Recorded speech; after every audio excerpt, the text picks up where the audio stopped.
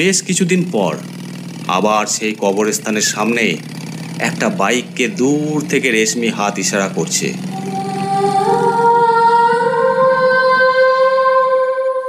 লোকটি বাইক দাঁড় করায়। মেয়েটিকে এত রাতে কবরস্থানের পাশে দেখে অবাক হয়ে যায়। কে আপনি? এত রাতে কি করছেন এই কবরস্থানে? আমি রেশমি। আমার স্বামীর লাশ দাফন করতে এসেছিলাম। দাফন করা হয়ে গেছে, এবার বাড়ি যাব। আপনি তো বিরমপুর হয়ে যাবেন। যদি দয়া করে আমাকে ওই 3 মাথার মোড়ে নামিয়ে দেন, খুব উপকার হয়।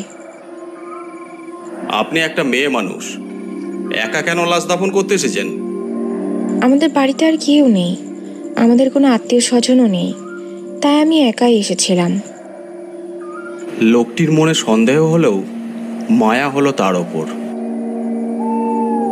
ঠিক আছে, আপনি চাপুন, আমি আপনাকে নামিয়ে দিচ্ছি। মেয়েটিকে পিছনে বসিয়ে বাইক নিয়ে এগিয়ে যেতে লাগলো।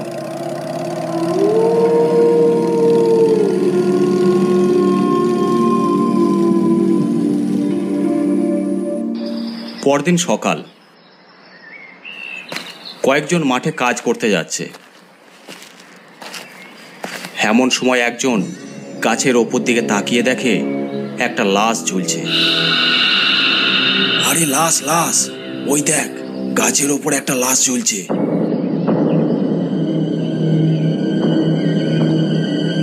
ধরাধরি করে তারা লাশটাকে নিচেতে নামালো। তাড়াতাড়ি পুলিশকে খবর দিয়ে আয়। একজন পুলিশকে খবর দিতে গেল। কিছুক্ষণের মধ্যেই পুলিশ এসে উপস্থিত হলো। কি করে মারা গেল কেউ জানো? না স্যার, আমরা মাঠে কাজ করতে যাওয়ার সময় গাছের ওপরে লাশটাকে দেখতে পাই। ঠিক আছে, ভালো করে সার্চ করে দেখো লাশের কাছ থেকে কিছু পাওয়া যায় কিনা। কনস্টেবল দেখে বলল, স্যার, একটা মানি ব্যাগ আর একটা মোবাইল পাওয়া গেছে। ঠিক আছে, অন করো। Okay sir. অন করতেই একটা কল এলো। অফিসার রিসিভ করলো। হ্যালো, কে বলছেন? আমি শ্রাবণী বলছি, এটা আমার দাদার নাম্বার। আপনার দাদার একটা অ্যাক্সিডেন্ট হয়েছে, তাড়াতাড়ি বিরামপুরে চলে আসুন। অ্যাক্সিডেন্ট? কি করে হলো? রাত থেকে আমার দাদাকে ফোনে পাইনি। কি হয়েছে বলুন তো? আপনারা তাড়াতাড়ি এখানে আসুন, তারপর সব বলছি। কিছুক্ষণের মধ্যেই শ্রাবণী আর তার আব্বু ওখানে এসে উপস্থিত হলো। তার দাদার এরকম অবস্থা দেখে কান্নায় ভেঙে পড়ল তারা। দাদার কি করে এমন হলো? কে খুন করলো আমার দাদাকে?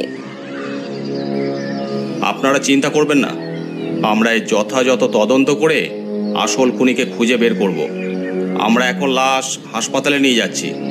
পোস্টমর্টমের কাজ সম্পূর্ণ হলে আপনাদের হাতে তুলে দেওয়া হবে। এরপর একটা অ্যাম্বুলেন্স এসে লাশ নিয়ে চলে গেল। ওরা চলে যেতেই একজন গ্রামবাসী শ্রাবণীর কাছে এগিয়ে এলো। দিদিমণি, এই জায়গাটা একদমই ভালো নয়। আমার মনে হয় আপনার দাদা ডাকিনীর খপ্পরে পড়েছিল। ডাকিনি? হ্যাঁ দিদিমণি, কিছুদিন আগে এই রকমই একজনকে ডাকিনী তার মায়া দেখিয়ে মারার চেষ্টা করে, কিন্তু তার ভাগ্য ভালো, তাই বেঁচে গেছে। আমার দাদার যে সর্বনাশ করেছে তাকে আমি কিছুতেই ছাড়বো না। আপনারা কি সেই ব্যক্তির ঠিকানাটা বলতে পারবেন? না দিদিমণি, আমরা তার ঠিকানা জানি না, তবে তার বাড়ি বিরামপুর থেকে খুব বেশি দূরে নয়।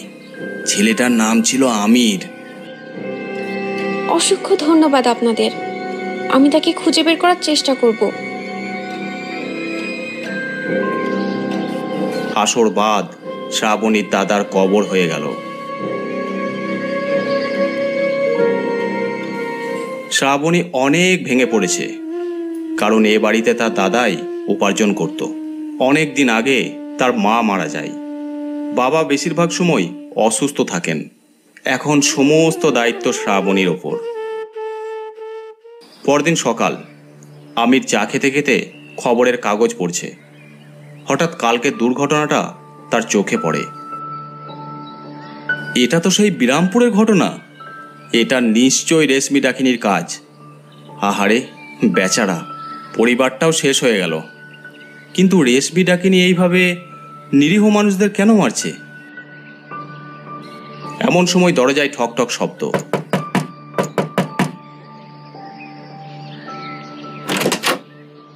দরজা খুলতেই দেখে একটা সুন্দরী যুবতী মেয়ে দাঁড়িয়ে আছে। হ্যাঁ বলুন, কাকে চাই? আমি শ্রাবণী। আসলে আমিরের সাথে একটু দরকার ছিল। অনেক কষ্টে ঠিকানাটা জোগাড় করেছি। আমি আমির, বলুন। আসলে কাল আমার দাদা বিরামপুরে মারা যায়, সেই ব্যাপারে কিছু জিজ্ঞাসা করতাম। ও আচ্ছা আচ্ছা, ভিতরে আসুন। আমি দাদার এই মৃত্যু কিছুতেই মেনে নিতে পারছি না। যে বা যারা এর সাথে জড়িত, আমি তাদের চরম শাস্তি দিতে চাই। আমি স্থানীয় মানুষের কাছে আপনার ব্যাপারে শুনলাম। আসলে কি ওখানে ডাকিনী আছে? আপনি একদম ঠিক শুনেছেন। আপনার সাথে ঠিক কি ঘটেছিল যদি একটু সেই ঘটনাটা বলেন তাহলে খুব ভালো হয়। শুনবেন? আচ্ছা ঠিক আছে, শুনুন তাহলে। সেদিন রাতে তারপর আমির তাকে সমস্ত ঘটনা খুলে বলল। সত্যিই আপনার সাথে এরকম ঘটেছিল? একদম সত্যি, একটুও বানিয়ে বলি নাই। আর আপনার দাদা যে রেশমি ডাকিনীর খপ্পরে পড়েছিল, আমি সে ব্যাপারে একদম নিশ্চিত। ওই অসভ্য ডাকিনীটাকে কি কোনোভাবে বন্ধ করা যায় না? আমি সেই বিষয়ে কিছু জানি না। নিজের প্রাণ নিয়ে ফিরতে পেরেছি, এই ঢের। আপনি হয়তো বেঁচে ফিরেছেন। সবার ভাগ্য কিন্তু আপনার মতো নয়। যেমন আমার দাদা, হয়তো ওই ডাকিনীর খপ্পরে পড়ে আরও অনেকের প্রাণ যাবে।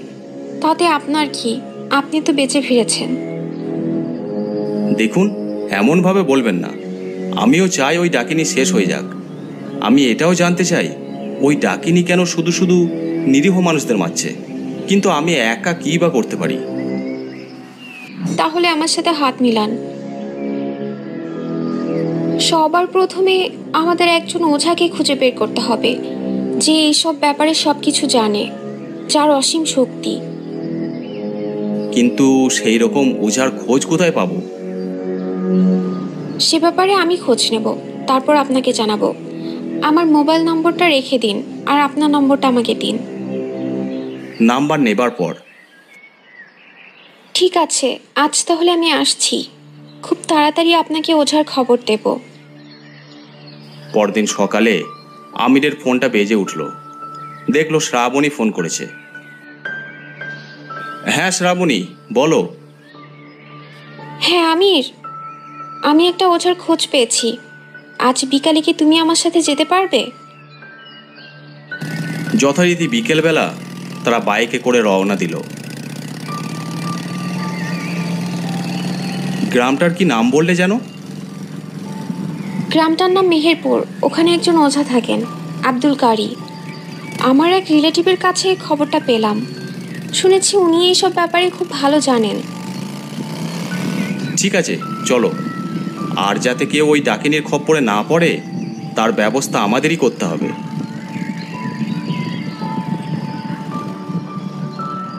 বিভিন্ন কথাবার্তার মধ্যে দিয়ে তারা মেহেরপুর গ্রামে গিয়ে পৌঁছালো। আব্দুল কারির নাম বলতেই একজন বলল গ্রামের পশ্চিম দিকে তার বাড়ি। এক সময় তারা বাড়ির কাছে গিয়ে পৌঁছালো। আমির আর শ্রাবণী যে যাবে সে খবর আব্দুল কারিকে আগেই দেওয়া হয়েছিল। তোমরা আমির আর শ্রাবণী? জি। ভিতরে এসো। সবাই ঘরের ভিতরে প্রবেশ করলো। ঠিক আছে, তোমাদের সাথে কি কি হয়েছিল আর তোমরা কি কি জানো সব আমাকে খুলে বলো, কোনো কথাই বাদ দিবে না। আমির তখন তার সাথে ঘটে যাওয়া সমস্ত ঘটনা বলতে শুরু করলো। সেদিন রাতে আমি বন্ধুর বাড়ি থেকে নিজের বাড়ি ফিরছিলাম। হঠাৎ বাম বটতলার কবরস্থানের কাছে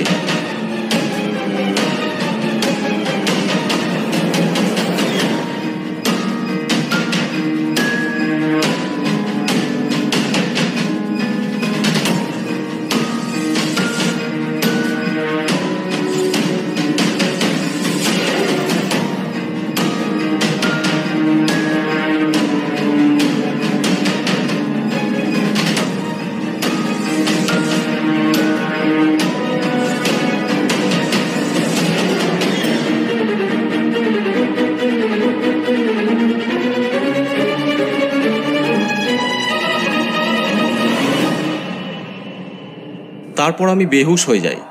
পরে গ্রামের মানুষদের সহযোগিতায় জ্ঞান ফিরলে বাড়ি ফিরে আসি।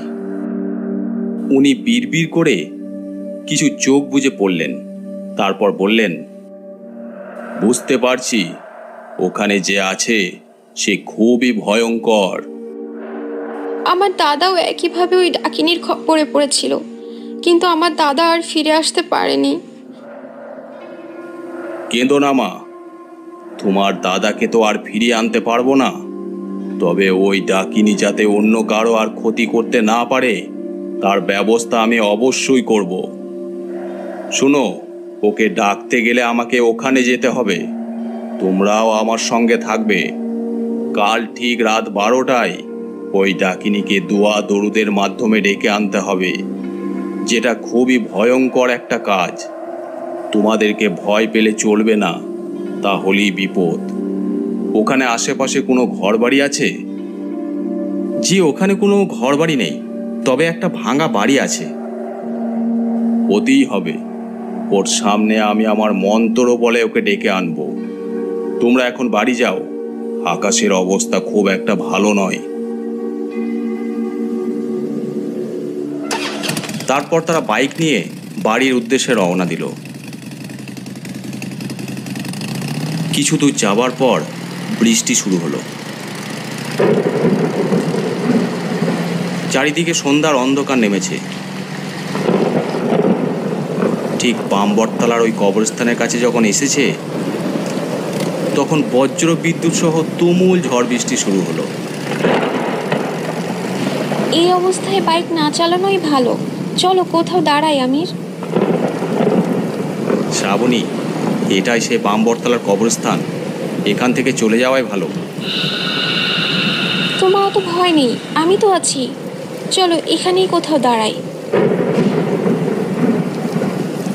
আমির অবশেষে বাইক নিয়ে সেই ভাঙা বাড়ির সামনে গিয়ে দাঁড়ালো। তাড়াতাড়ি করে ওই ভাঙা বাড়ির ভিতর ঢুকে পড়ল। বাইরে তখন তুমুল ঝড় বৃষ্টি হচ্ছে। ভাঙা জানলা দিয়ে কবরস্থানের গেটটা ভালোই বোঝা যাচ্ছে। রাত তখন বেশি নয়, 8টা-9টা হবে। রাস্তা শুনশান। আমির এক দৃষ্টিতে কবরস্থানের দিকে তাকিয়ে আছে। কি দেখছো আমির? দেখছি সেদিন সেই ডাকিনীটা ঠিক ওখানে আমাকে দাঁড় করায়। আমি যে বেঁচে বাড়ি ফিরতে পারবো কখনো ভাবতেই পারি নাই। শ্রাবণী ওর হাতটা ধরে বলল, ওসব কথা চিন্তা করো না, আর তো আজকে 3টা, কালকেই ওই ডাকিনীর শেষ দিন দেখব। কেন জানি না তুমি সঙ্গে থাকলে আমি অনেকটা সাহস পাই। এই একদিনই তোমাকে কত আপন মনে হয়। আমি চাই তুমি এভাবেই আমার হাতটা ধরে থাকো চিরদিন। থাকবে তো ধরে? চিন্তা করো না, এই হাত আমি কখনো ছাড়বো না। তুমি ভালো মনের একটা মানুষ, তোমাকে চোখ বুজে বিশ্বাস করা যায়। আমির হঠাৎ লক্ষ্য করে কবরস্থানের গেটের সামনে কেউ যেন দাঁড়িয়ে আছে। ভালো করে লক্ষ্য করতেই বুঝতে পারল সেই ডাকিনী। ভয়ে আমিরের বুকটা ধক করে উঠল। শ্রাবণী, এই দিকে এসো, ওই কবরস্থানের গেটের দিকে দেখো। হ্যাঁ তো, একটা মেয়ে দাঁড়িয়ে আছে। আহারে, ওকে এখানে ডেকে নাও, বেচারি বৃষ্টির মধ্যে একা একা দাঁড়িয়ে ভিজছে। চুপ করো, ও কোনো বেচারি নয়, সেই রেশমি ডাকিনী। যে তোমার দাদাকে মায়ার জালে ফাঁসিয়ে হত্যা করে, যার হাত থেকে আমি বেঁচে ফিরে এসেছি। কি বলছো? এটাই সেই ডাকিনি? হ্যাঁ, সেই ডাকিনি। নিশ্চয়ই সেই দিনের মতো আজও শিকারে বেরিয়েছে। হঠাৎ দেখলো, হাত ইশারা করে একটা বাইক দাঁড় করালো। দু চারটে কথা বলে রেশমি ডাকিনী সেই বাইকটার পিছনে চেপে বসলো। তারপর বাইক চলে গেল। আমি তো ভাবতেই পারছি না এইভাবে ডাকিনিটা নিরীহ মানুষদের তার জালে ফাঁসায়। ও যে কেন এরকম করে সেটাও জানা দরকার। এখন শুধু কালকের জন্য অপেক্ষা। এ আজকে মরবে নিঘাত। কিছুক্ষণের মধ্যেই ঝড় বৃষ্টি থেমে গেল। চলো শ্রাবণী, এবার বাড়ি যাওয়া যাক। হ্যাঁ চলো। আমির বাইক নিয়ে দ্রুত বাড়ির দিকে রওনা দিল।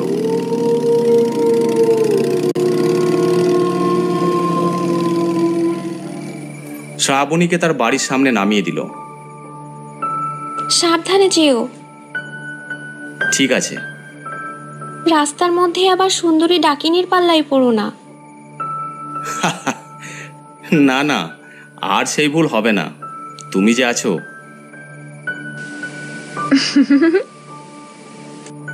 তারপর আমির বাইক নিয়ে নিজের বাড়ির দিকে রওনা দিল।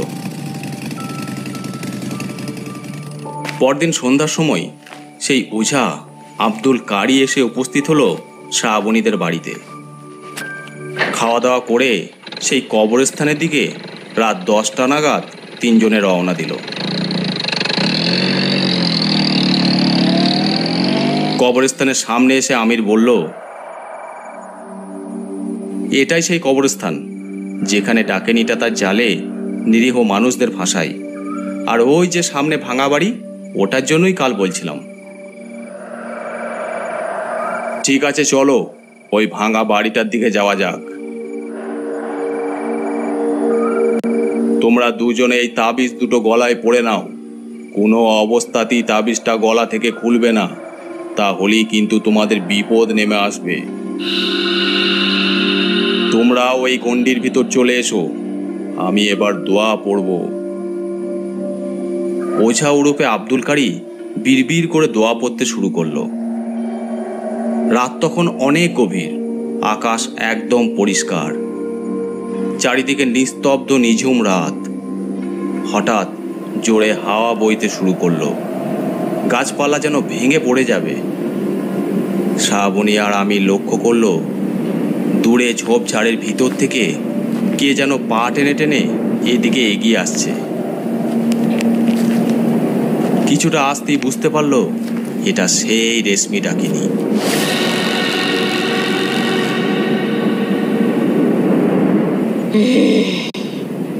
আমাকে কেন ডেকেছিস সেখানে? কি দরকার তাড়াতাড়ি বল। শান্ত হ, তুই রেশমি? আমি রেশমি। তুই কেন নিরীহ মানুষদের এইভাবে হত্যা করছিস? ওরা তোর কি ক্ষতি করেছে? ক্ষতি? আমার যা ক্ষতি করার তা তো করেই দিয়েছে, আবার কি করবে? কি ক্ষতি করেছে তোর? বল আমাকে, আমি তোকে মুক্তি দেব। তোকে কেন বলবো? ছাড় আমাকে, ছাড়। ও যা হাতে করে কিছু নিয়ে রেশমির ওপর ছুড়ে দিল। ছাড়, ছাড় বলছি, না হলে সবাইকে শেষ করে দেব আমি। ছেড়ে দেব, কিন্তু তোকে কথা দিতে হবে তুই আর কোনো নিরীহ মানুষকে হত্যা করবি না, কাউকে তোর জালে ফাঁসাবি না। হ্যাঁ, এরা সবাই আমার মৃত্যুর জন্য দায়ী, তাই আমি কাউকে ছাড়বো না। তোর মৃত্যুর জন্য দায়ী মানে? কি হয়েছে তোর সাথে? শোন তবে, আজ থেকে 1 বছর আগে এক রাতে আমি স্কুটি নিয়ে বাড়ি ফিরছিলাম। সেদিন আমার অফিসে একটু কাজ থাকাতেই বাড়ি ফিরতে রাত 10টা হয়ে যায়। আমি বিরামপুর রাস্তা দিয়েই বাড়ি ফিরছিলাম। হঠাৎ কবরস্থানের সামনে স্কুটিটা খারাপ হয়ে যায়। কোনোভাবেই ওটা আর স্টার্ট নিচ্ছিল না।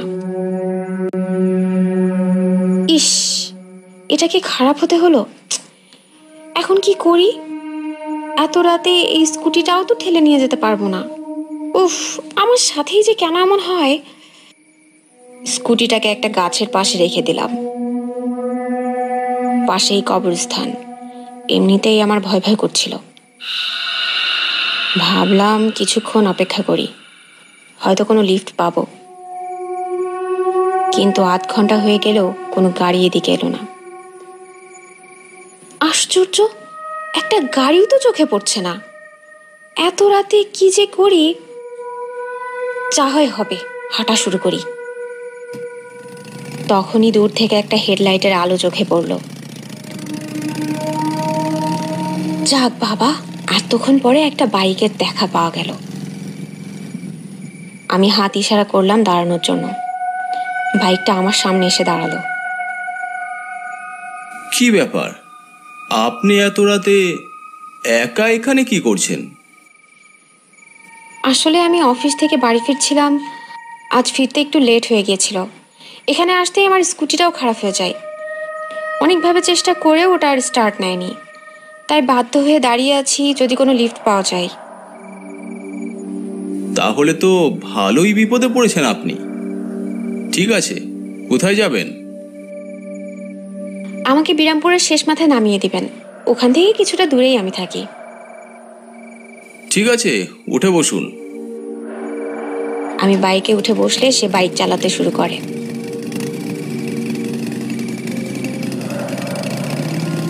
কি নাম আপনার?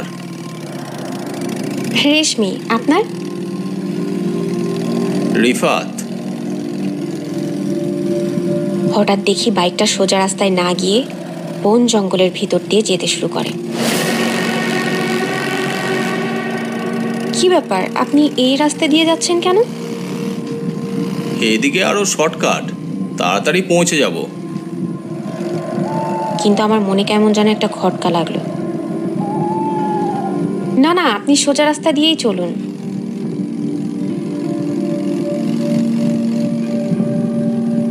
ততক্ষণে সে বাইকটা একটা ভাঙা বাড়ির সামনে দাঁড় করালো।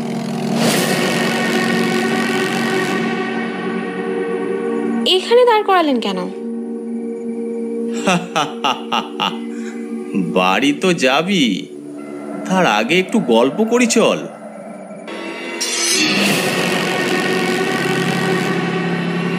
গায়ে হাত দেবেন না আপনি। এসব কি করছেন? ছাড়ুন, হাত ছাড়ুন, ছাড়ুন।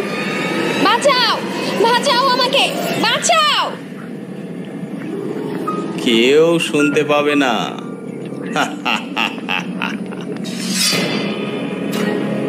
ছাড়ুন কিন্তু, নাহলে কিন্তু আমি সব পুলিশকে বলে দেব। পুলিশকে বলবি? দাঁড়া, তোর পুলিশকে বলাচ্ছি, শেষ করে দেবো তোকে একদম। ছাড় বলছি, ছাড়, ছাড় শয়তান, ছাড় বেয়াদব, ছাড়, ছেড়ে দে আমাকে।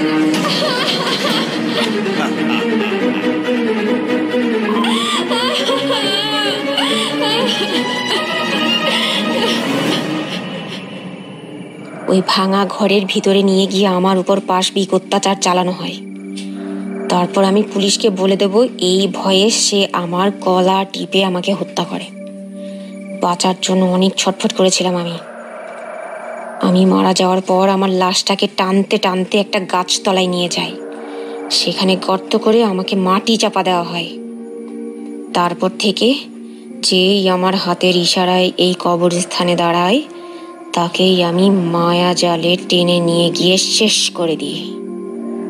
যতদিন না আমি তাকে মারতে পারছি, ততদিন আমি এইভাবে হত্যালীলা চালিয়ে যাব। আমার লাশটাকে পর্যন্ত এখনো দাফন করা হয়নি।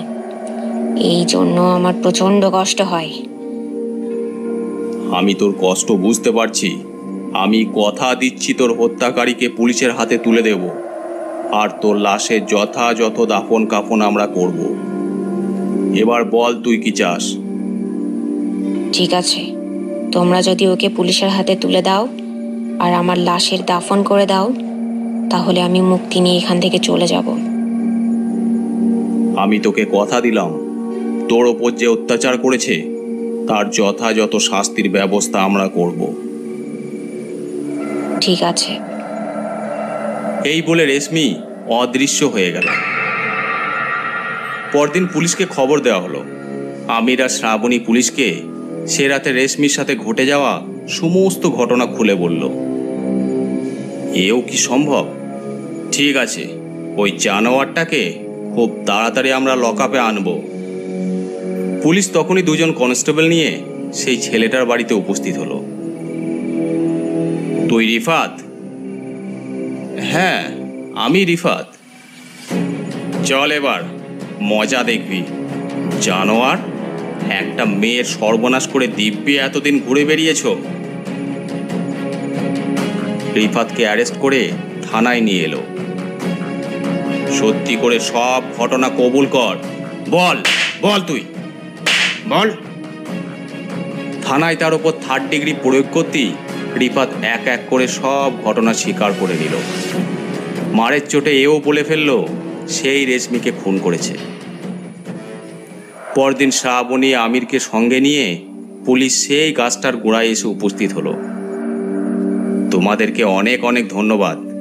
ওই জানোয়ারটার যাতে চরম থেকে চরমতম শাস্তি হয় তার ব্যবস্থা আমরা করব। বল, কোথায় লাশটাকে পুঁতে রেখেছিস? বল। ওই যে ওই গাছতলায়। গাছের গোড়ার মাটি খুঁড়তেই বেরিয়ে এলো রেশমির মাংসহীন কঙ্কাল। পুলিশ সেটাকে নিয়ে চলে গেল। সন্ধ্যার সময় সেই লাশ শ্রাবণী আর আমিরের হাতে তুলে দেওয়া হলো। রেশমির লাশটা জানাজা করল আব্দুল কারি। তারপর তাকে দাফন করে দেওয়া হলো। সেদিন রাতে ওরা বসে আছে। আজ খুব ভালো লাগছে জানো, রেশমির সাথে যে অত্যাচার করেছে তার চরম শাস্তি হবে। কিন্তু সেই সাথে আমার দাদার জন্য মনটা খুব খারাপ লাগছে। যদি আরও আগে রেশমিকে মুক্তি দেওয়া যেত তাহলে আমার দাদা আজ বেঁচে থাকতো। ঠিক বলেছ, তবে এরপর আর কোনো নিরীহ মানুষ মারা যাবে না। তবে এটা ভালো লাগছে, এই সব কাজের মধ্যে তোমার মতো একটা ভালো মানুষকে কাছে পেলাম। ঠিক বলেছ, বিশ্বাস করো, তোমাকে কাছে পেয়ে আমারও খুব ভালো লাগছে।